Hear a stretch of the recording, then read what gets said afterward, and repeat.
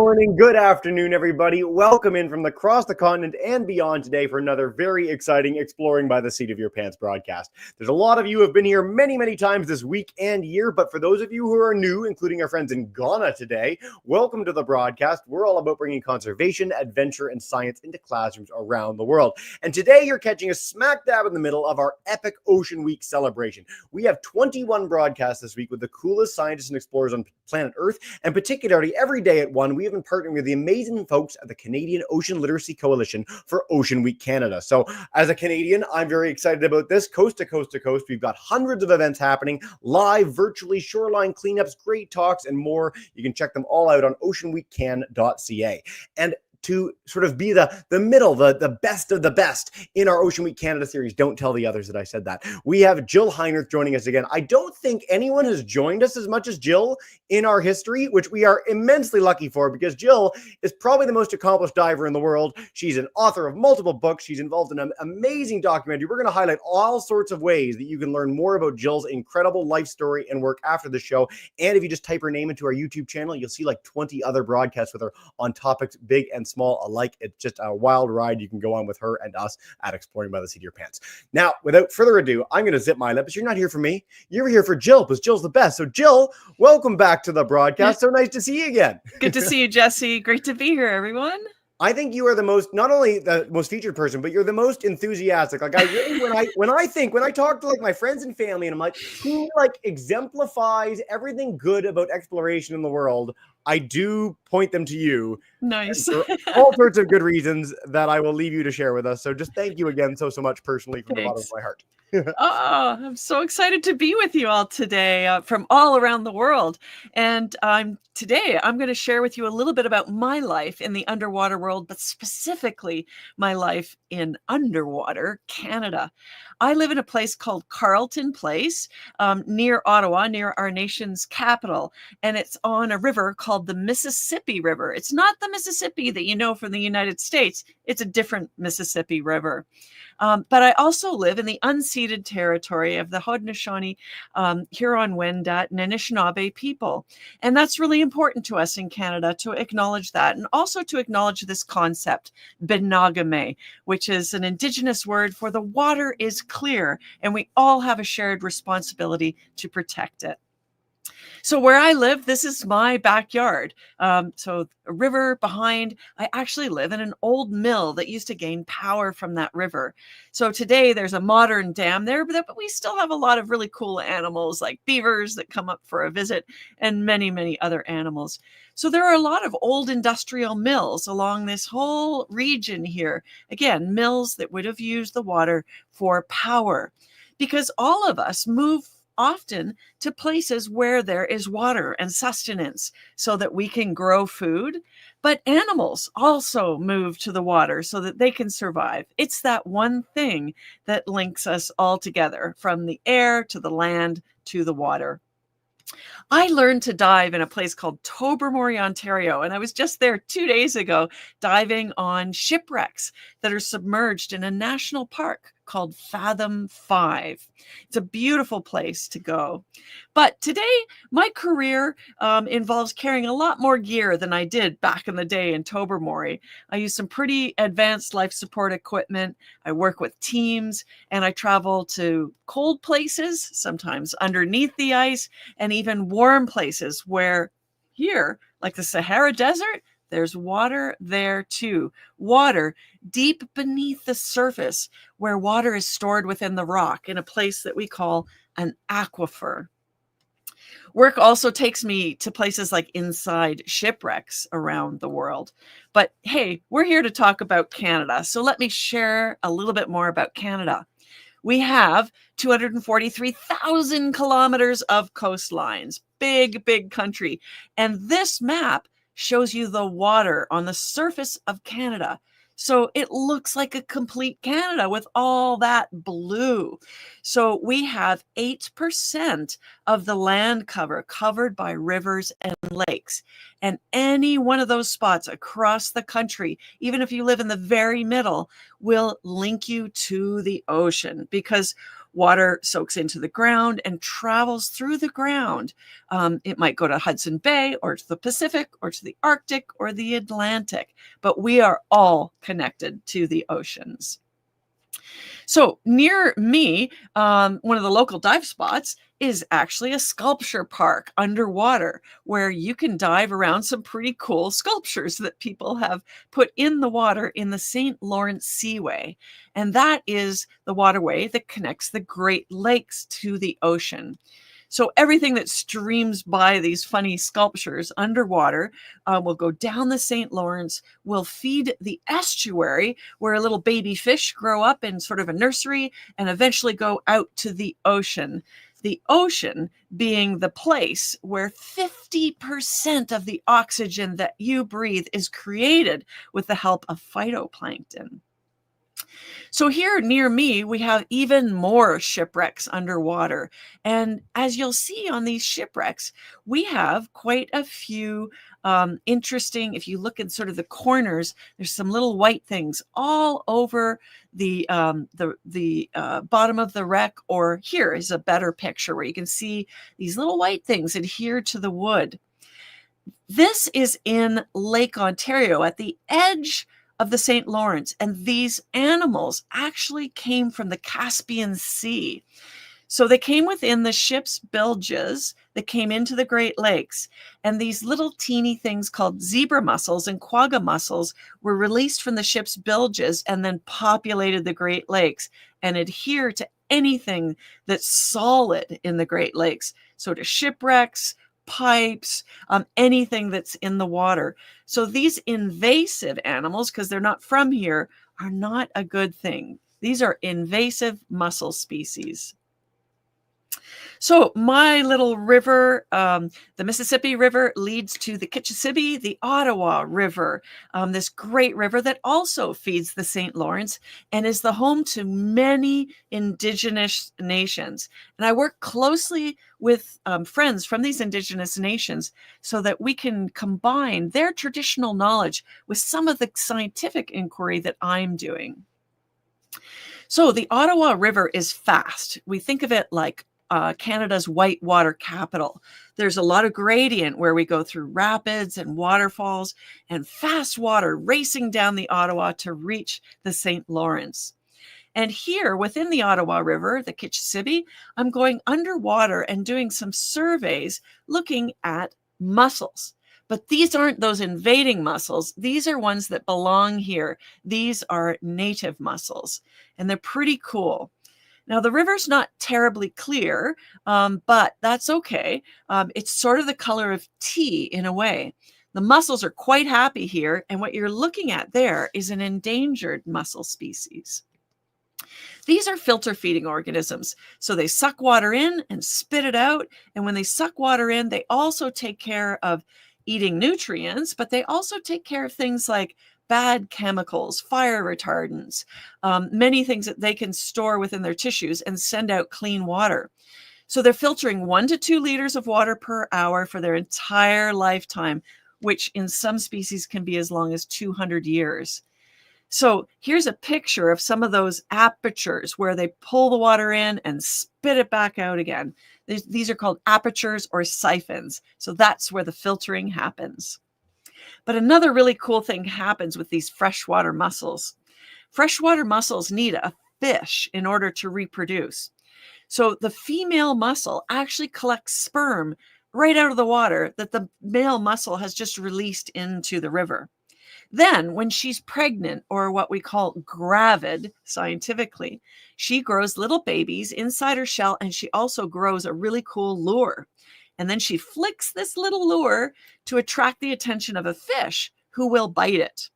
And then she'll spray her young into the mouth of that fish, and those little hinged shells are going to grab onto the gills and dig in. And what you're seeing in that little inset picture above is where they've dug in, and those little babies are sucking blood serum from the fish to survive, to feed. So they're kind of like little vampires. And they don't hurt the fish because they're so tiny. And when they get a little bit older, they actually excrete an enzyme and they release from the fish bury themselves in the silt for 2 years, and then reemerge as juveniles. So it's an amazing strategy for reproduction. But here's a really cool picture of the lure. And you can see a little eye spot, and it looks like a fish body and a fin. And that's all been grown out of this mussel's own flesh. And Mama Mussel here doesn't even have a brain or eyes of her own, but she built a really cool eye spot on that lure because that's what's going to attract the fish to bite. So the cave itself, the visibility again is sort of like swimming in tea, and that's come from trees that are soaking in the river. And when I go inside the cave, there's a lot of weird stuff happening. I lay a guideline so that I can find my way out of the cave. But on my guideline, sometimes insects, caddisfly larvae, leave behind these little things that look like dirty socks on my line. And these are actually feed bags.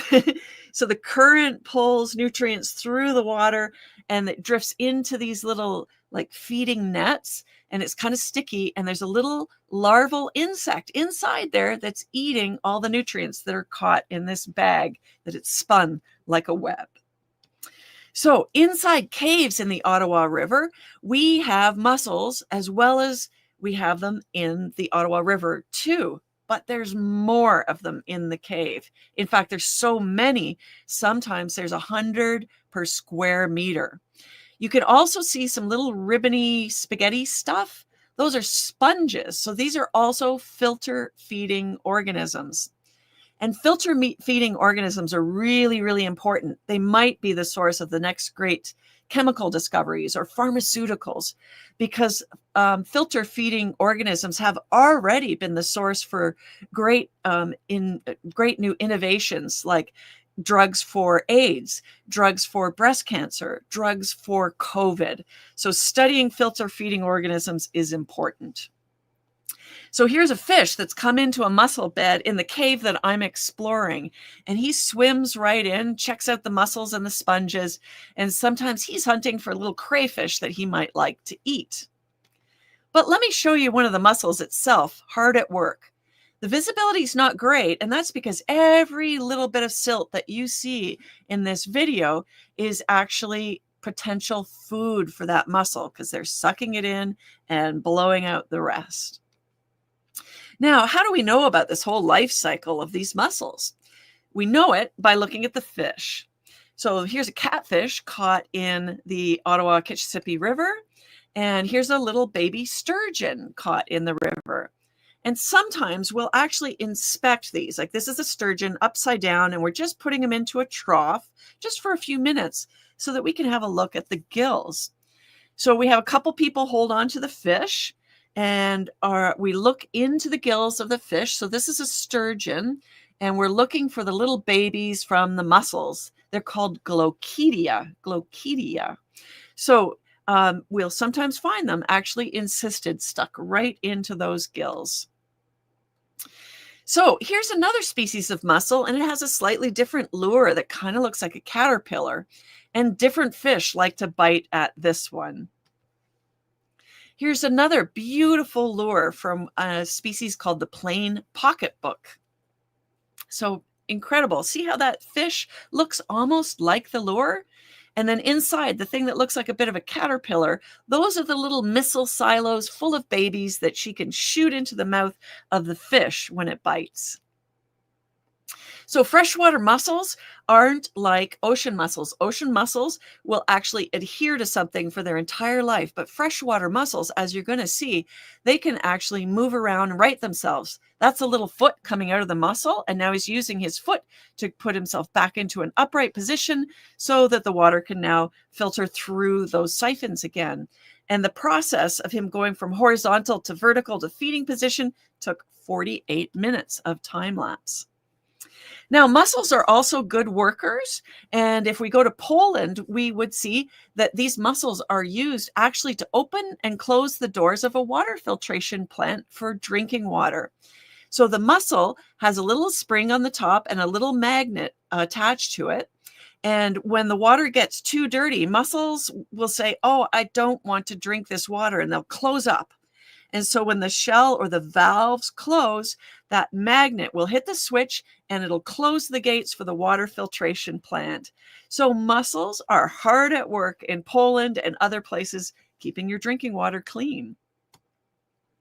So traveling through a little bit more of the Great Lakes system, we have some incredible stuff. Like entire portions of the Great Lakes were actually, or of the St. Lawrence Seaway, I'm sorry, after the Great Lakes, were actually sunk in order to accommodate shipping through the region. So there are actually lost villages beneath the surface.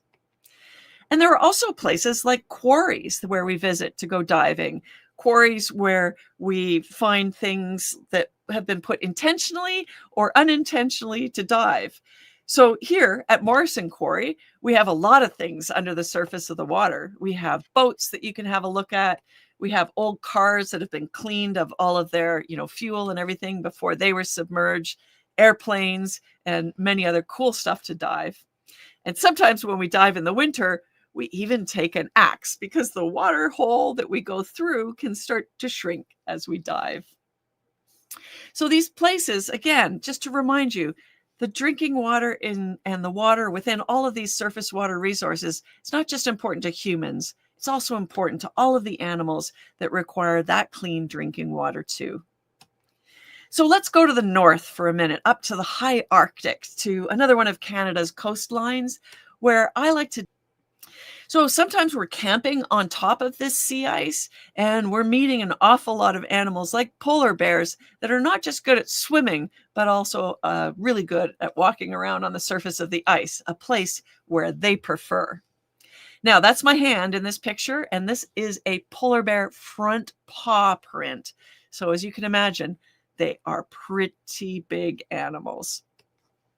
So we dive under the ice in these beautiful environments and all the way down to the seafloor, which even though the water is very cold, it's very colorful and full of life. Life from the bottom of the food chain, from plankton on up to this walrus family here. Now let's come down the east coast of Canada briefly, and we're going to go by Labrador, a place where last summer a team that I was working with the Royal Canadian Geographical Society actually found a really important shipwreck, Shackleton's ship Quest. And here we used a device called a side scan sonar to drag behind our ship in order to successfully locate that shipwreck.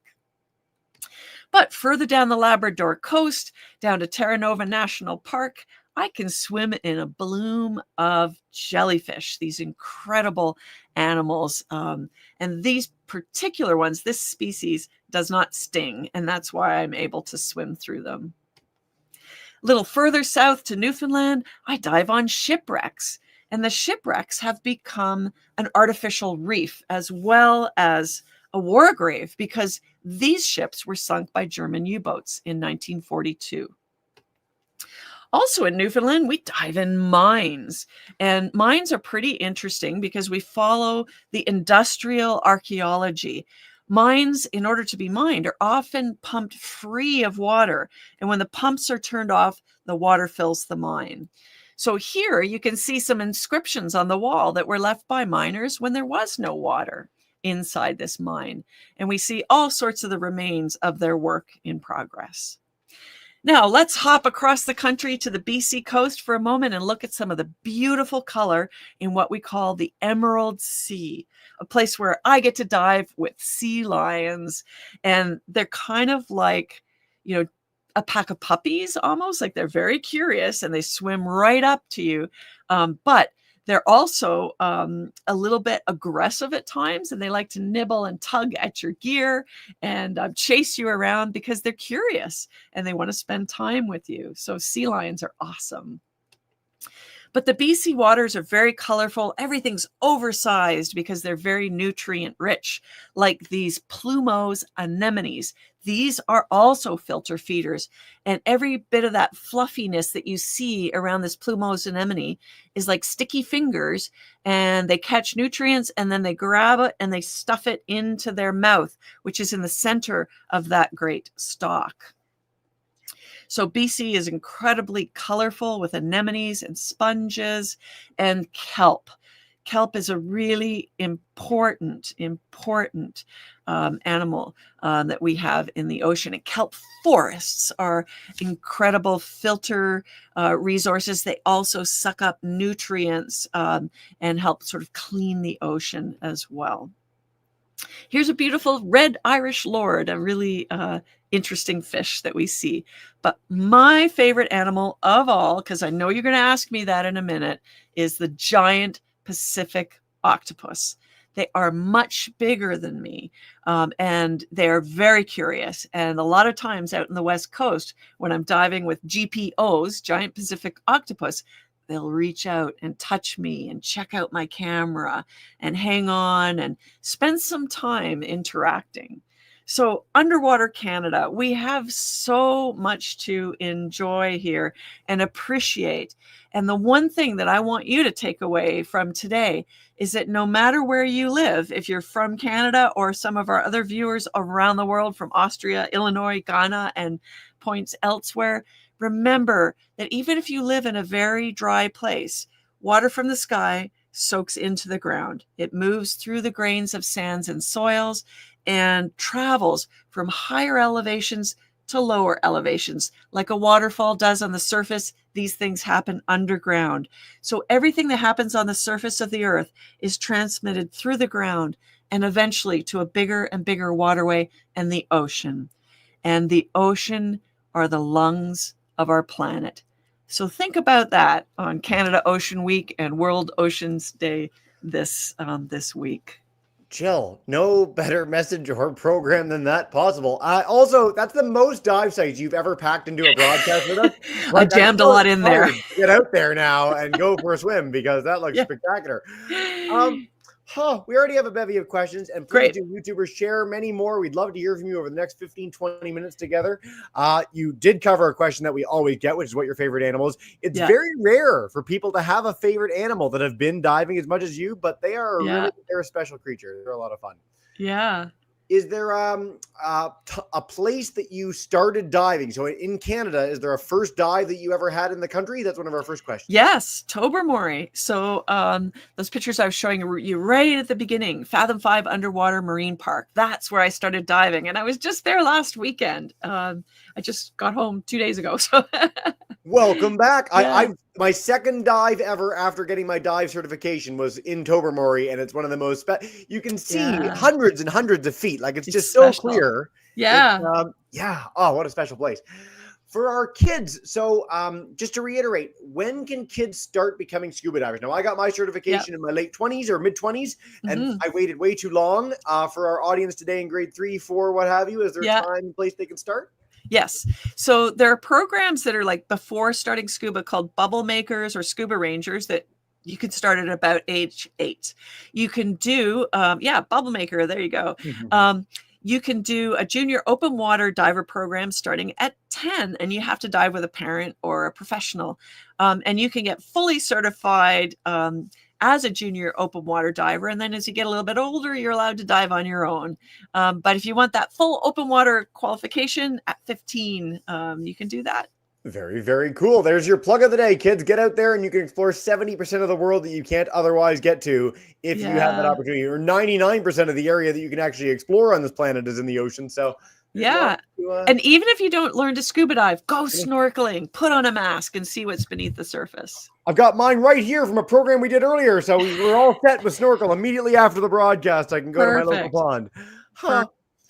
A question we actually haven't had in a while from one of our audience. How long can you dive for? So when you go into the water, is there like a longevity limit? What's the deal? Yeah, so there's a lot of things that control the amount of time you stay in the water, like the temperature, but also the amount of gas supply that you have with you. My longest dive, which is probably the longest for any woman ever, is 22 hours. What? Yeah. Most dives are less than an hour, though. Okay. So let's walk through something for a second here. I want to just, for basis of a comparison, okay, for our audience, because I'm like a really baby diver. I've been out maybe like 10, 12 times. And when I go, I use so much air with my one basic tank. I have like 22 minutes under there, and I've got to come up. I'm going to run out of oxygen. So what are you using to get 22 hours? Yeah, so I use a very special device called a rebreather, and I'm just bringing up a picture here. Oh, sorry about the block there. So a rebreather is actually a recycling device, and it's much closer to what an astronaut wears for a spacewalk than what a scuba diver usually wears, like a single tank on their back. So I'm recycling every exhaled breath. The carbon dioxide is being scrubbed out of the loop of gas, and then little injections of oxygen are being returned into that mix for me to continue to dive. And so the rebreather, just think of it like a spacesuit. It gives us more range, more depth, more time underwater because we're recycling our exhaled breath. Very, very cool. Now we're going to go to Madam Sylvie in just a second for a live question, but Mhm. follow up to this is, why were you diving 22 hours? Like, what would you need to do that much for? Yeah, so we were doing a project where we made the world's first accurate three-dimensional map underwater. So it was a really important project that not only helped us to define the space inside a very long cave system, going 3 kilometers back from the entrance, but also we were, for the first time in history, showing people precisely where that drinking water was by beaming our position through the rock to some people that were on the surface. Because when you know where your drinking water is, then you can better protect it for the future. No better message than that. We've actually covered programs about that dive and some of our other things that are on our Yeah. YouTube channel. So type in Jill's name and see if we can follow along with those, and you'll learn a lot Yeah. more, but some really cool stuff on the go. Awesome. All right, we're going to head to Gatineau. Madam Sylvie Spaz, you want to unmute your mic? You're good to go for a question. Let's see. Hey, folks, welcome in. Hi. Hi. Hello. Hello. My question is, what was your favorite statue you found? Oh, the Ooh. favorite statue. Well, I really like the Brockville Scuba Park, and there's a great big sturgeon under there. And I like sturgeon because they're kind of like dinosaur fish, and they have like a real bony spine, and like their skeletons on the outside. It's an exoskeleton. So they really look like dinosaurs. I think sturgeon are the coolest fish, and so a sculpture about that's kind of neat too. I'm so happy you mentioned this and the dinosaurian thing. There's a certain we Yeah. should go through the animals together one day of Yeah. the things that look like they're from like 400 million years ago. Like horseshoe crabs look super weird. Yeah. And yeah, sturgeon. There's some just weird creatures out there. They're some of my favorite things. So Mhm. great question, guys. We're gonna come back to you a whole bunch, Madam Sylvie. So stay tuned for more. Yeah. Let's see. Scuba Girl joining us in Winnipeg. She Excellent. attended your book tour. Oh, And nice. Want to know if you are writing any more books or if there's anything we should look for. And can you tell us a little about the books you do have already too? Sure. Yeah. So my book, Into the Planet, is the story of my life as a cave diver. And then I have a kid's version called The Aquanaut. And I am working on another book. It's still a little ways off. It's with my editor right now, but there's one coming. But this Friday, finally, this film, Diving into the Darkness, this is a film about my life created by an Australian company, but it has all of the archives from all of my projects around the world. Finally, it's coming to video on demand this week for World Oceans Day. So you'll be able to see it on Apple, Amazon, Google Play, and then it will be for the ones that aren't in North America. The other markets will follow in the coming weeks. Amazing. I can't hardly wait. You've got that. We've got Ocean with David Attenborough coming out. Yes. This is going to be a big day for great Yes. films on streaming. And I want to say, I have your book. Oh. And it's an amazing book. I love your book. Thank you. I encourage all our classes to read The Aquanaut. It's going to be an amazing story. We'll pass along ways that you can find that online when you're done this broadcast. But that's very cool. You're writing another. We can't wait for it. Broadcast in the future on book number 3. There you go. Madam Sylvie, we'll head back to you. You got a whole bunch of kids waiting by. You can keep your camera on, keep your mic on. You're all good to go, and you're in the background. Hey, folks, do you have any other questions for Jill? Sarah, question? Hey, No, get out then. Kaden, talk loud into the camera. Oh gosh. Matthew. Is scuba diving like part of the Army of Canada or something?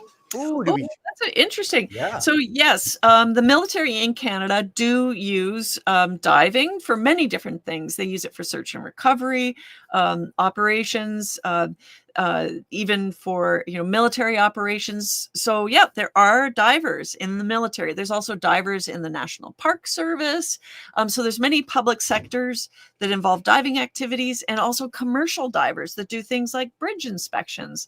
So there are quite a few diving jobs out there beyond, being a marine biologist. Very cool. We've never had that question in our history with you, so thank That's you a very great much for that, question.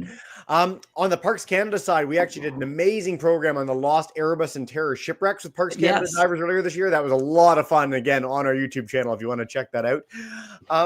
Geez, there's so many of you lined up in that class. And if you can't get all your questions answered, you can email them to us after. We'll get them to Jill, make sure we get all your queries covered. But from YouTube, the deepest you've dived, is there like a top record for you? The deepest I've dived is about 460 feet, like 140-ish meters. Yeah. Yeah. Again, for anything particular, or just you were having fun? No, I was actually working with NOAA in Bermuda. So we were doing the deepest manned dives that had ever been done in Bermuda. And we were looking at places where the sea level used to stand when the ocean levels were lower in history. And so we had to do very, very deep dives to find those places where the ocean level and the waves used to crash up on the shoreline. Basically, and I've covered this with Jill many, many times, whenever scientific teams around the world need to push the cutting edge of diving and bring someone in to help them understand their scientific questions, no matter what those questions might be, they call up Jill, and she gets to go to the coolest places to go do those sorts of things. I'm pretty lucky. You're pretty lucky. It's very, very fun. All right. No pressure with this at all. What's the most surprising thing you've ever seen in the water? Good luck. I had a really incredible experience off Newfoundland. I think we have some Newfoundlanders with us here. I was at Bay Vert, and there were the capelin were rolling. Capelin are fish, for those that aren't Newfoundlanders on the call. And at this time of year, there's so many capelin that when the waves roll onto the beach, they're so full of fish that they say the capelin are rolling. And when the capelin are rolling, the whales are interested because the whales eat them. And I was diving off Newfoundland, and there were 100 humpback whales, and a mother and baby kept coming close to me and showing off and rolling on their sides and even touching me. And I was just having the time of my life when a big bull, so probably her husband, big bull humpback, came by very close and swiped his tail fluke very close to my camera. That's 40 tons of whale, right? Didn't hurt me, but the wash blew me backwards. And in that moment, he let out a big crap. And there I was swimming in whale poop. So I think he was trying to tell me, like, you've spent enough time with my wife and child. Go on. Right? Yeah. That's very surprising. I got to say, that's a unique story. And I'll try and keep out of the water when I go to the Newfoundland beaches to see the humpback whales. I'll be in the boat or on the shore watching them from there. I would happily swim again in that whale poop in order to see what I saw. It was incredible. You're more experienced than I am. So I'll wait till I've had a few more dives under my belt before I'm swimming with the giant whales. But what a special experience. My goodness. Wow. Madam Silly, we're going to head back to you, and then we'll take a few more from our YouTube friends. Come on back in. Hey. Rosetta. What was your favorite place that you went to? Ooh, great question, Rosetta. And a difficult one for me to answer. But you know what? If I only had one country to dive in for the rest of my life, I would choose Canada because there's so much variety, as you saw. And like tomorrow, I'm jumping in a plane. I'm heading to Newfoundland to do some filming of icebergs with the CBC for the nature of things. Like, I would spend all my time in Canada. There's so much to see. We're so happy to have you, Jill, and you're the best. And I can't wait for you to be back in my lovely province. Newfoundland is Yay. the best. A lot of fun. A great question, also that we've never had in a broadcast with you. What exercises did you have to do to become a diver? Like, are there any actual things that you needed to keep up with fitness or anything as you were getting ready to train in the origins? Anything you should share? Yeah, great question. There are lots of classes that you take in diving, like not just your open water diver, the first step, but you take advanced and rescue and dive master. And because I started diving so early, a lot of these classes didn't exist, right? And so I had to develop some of these programs for other people to follow. But in terms of exercises, I'm just pretty active outdoors. Like I don't go to the gym all the time, but I hike and I cycle and I swim. And in terms of diving, before I go on a project, I always make sure I do warm-up dives to make sure my gear's in good shape. And even when I get to Newfoundland, even though I was just diving on Sunday, even when I get to Newfoundland, I'll do some dives with my team just to get us all working together well. And that's part of our fitness and practice as well. Very, very cool. And I want to harp on something for a second because I know something our audience doesn't. So when you talk about biking, what's the longest bike journey you've done, Jill? Tell us. I did a bike journey of 7,000 kilometers. So I rode my bike from the west coast of Canada all the way to St. John's, Newfoundland, so I could experience my entire country on 2 wheels. That is pretty special. I think we've had 2 people in our entire 4,000 broadcast history that have biked that far. So all in your spare time when you're not being a diver. Very cool. Yeah. Oh, dear. Quick question about the documentary. How long did it take to film that? Like, was there a process that you needed to be involved with as that was getting put together? Yeah, absolutely. I mean, we started work on this project 5 years ago, so it was a big deal. We spent months traveling around the world, reenacting different aspects of my life. We used all of my archives in order to show all the history of my life. And then my partner in this, the director, Nays Bagai, he actually spent 14 months editing this, because editing means taking all the video segments, making sense of it, bringing a storyline together, and creating an original score, the sound and everything for the movie. So I'm really proud of the final results and so happy to have worked with Nays and Running Cloud Productions on the film. Super cool. I'm so excited to see it. I can't hardly wait for the 8th. Yeah. We're going to take 2 more questions. Time flies when you're having fun. Madame Sylvie, you can come in, and we've got a great one from YouTube to wrap up. So, Gatineau, take us away. What is your favorite? My favorite, I missed the last word. Fish. Fish. Oh, yes. Oh, my favorite fish. I think that's sturgeon. The sturgeon's definitely a favorite because they're so weird looking. They're weird. And they're huge. Like a big sturgeon can be over 20 feet long in like the Russian River and things like that. Like they're just a really special creature. Yeah, I've had a collision with a sturgeon inside a dark cave. So the sturgeon swam right into me and whacked me. He was probably 4 or 5 feet long, but yeah, it hurts. You're making all the animals angry with you as you go. No, I just scared him. I startled him, and he went "Wah!" and accidentally went "Whoop," you know. He's never had someone come into his dark cave before. You were the first, and he was a little okay. Probably. Oh, dear. From YouTube, just a beautiful question to end. So what might you suggest for someone who doesn't have a background in marine sciences to get involved? Are there volunteer opportunities? Like, what's the first step? I call this citizen science. Like, we need people like you, whether you're a diver, whether you're a snorkeler or not. You can get involved with non-governmental organizations, NGOs, charities, things like here locally, like the Riverkeeper, the Ottawa Riverkeeper. You can get involved in cleanups, or you can get involved with larger organizations like the Nature Conservancy or World Wildlife Fund. Many, many, many organizations are all about protecting the natural world and our water, and they need your help. Volunteers are always needed.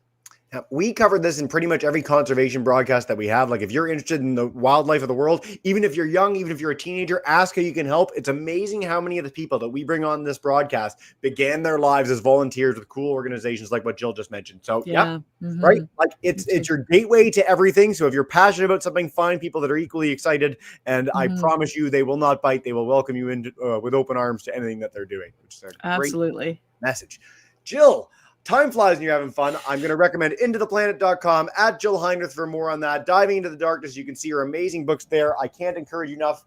Into the Planet, The Aquanaut, just a really incredible reads. And June 8th will be at the streaming services to watch your incredible film. Before we bring in Madame Sylvie's class and all our YouTubers to say a big thank you and farewell, is there any final message you want to leave us with today? I mean, just think about the fact that we are all connected to each other, connected to the oceans.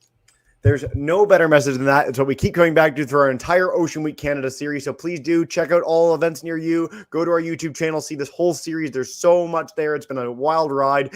And Jill, we're going to bring in Madame Sylvie's class. If you're on YouTube and you want to scream and yell and annoy the principal, you have our permission. So please do. Have a wonderful day, everyone. Thank you so much, Madame Sylvie. soon. Thank you. Thank you so